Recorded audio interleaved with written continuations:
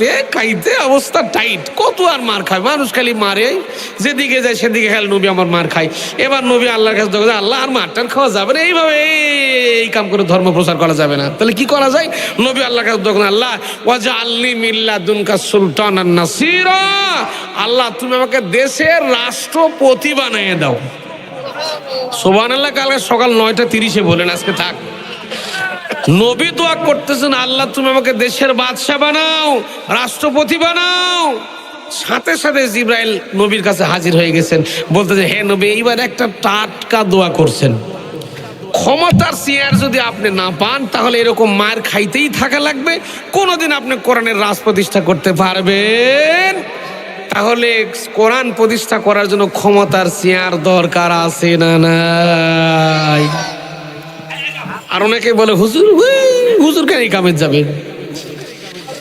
প্রিয় ভাইয়েরা আমার, আমাদের চিন্তা ভাবনা হলো মৌলবীরা খালি আমাদের বাড়ি বাড়িতে দাওয়াত খাবে, মিলাদ পড়াবে, মৌলবীরা মাদ্রাসায় পড়ে থাকবে, খানকার মধ্যে পড়ে থাকবে, দেশি মুরগির রান খাবে, কাতলা মাছের মাথা খাবে, মসজিদে আজান দেবে, লম্বা করে ভরে লুটাবে, মসজিদের মধ্যে পড়ে থাকবে, এটাই তো মৌলবীর কাম।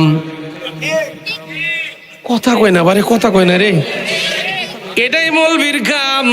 যখন দেখবেন আমাদের মতো দাড়িওয়ালা টুপিওয়ালা মানুষ, মৌলানা মানুষ যখন নির্বাচনে দাঁড়াতে যাবে, চেয়ারম্যানের যখন ভোট করতে যাবে, আপনাদের ওই সাইলট্টি বাজারে লক্ষ্য করে দেখবেন, এই বিন্নিপাড়া সাইলট্টি এলাকার লোকজন, দুইজন লোক আস্তে করে মজা করে গল্প করবে চায়ের দোকানে, কেননা বাংলাদেশের সবচেয়ে বড় সংসদ ভবনের নাম হলো চায়ের দোকান।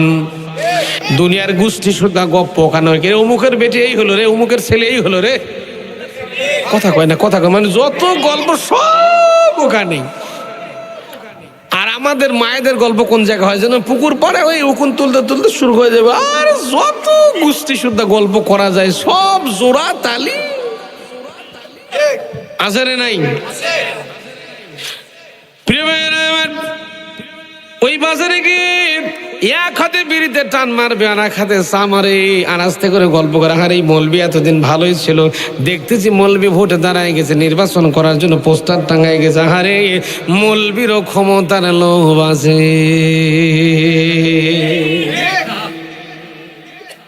এটা হুহা কোন?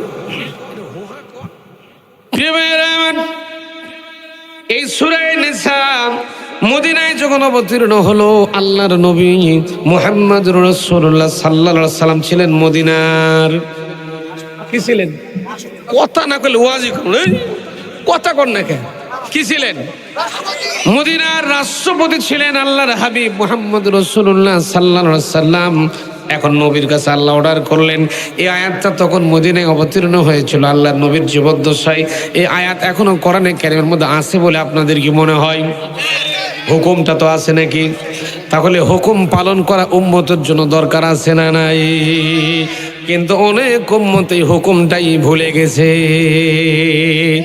যখনই আমরা বলি নামাজ পড়ো, রোজা করো, হজ করো, যাকাত দাও, কোনো সমস্যা হবে না, যখনই বলবো আসো আসো আল্লাহর আইন প্রতিষ্ঠা করা লাগবে, তখনই এক শ্রেণী সিটার বাটপার ডাকাত চান্দাবাজেরা তখন বলে হুজুর এগুলা রাজনীতি। কথা কর নাকি? নামাজ পড়া যদি কথা বলি কিচ্ছু বলে না, নামাজ পড়ে রোজা করে হজ করুন আসেন সব ঠিক আছে, যখন বলবো আসো আল্লাহর আইন প্রতিষ্ঠা করা লাগবে তখন বলে হুজুর।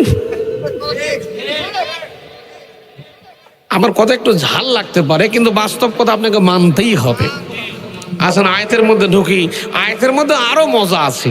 আল্লাহ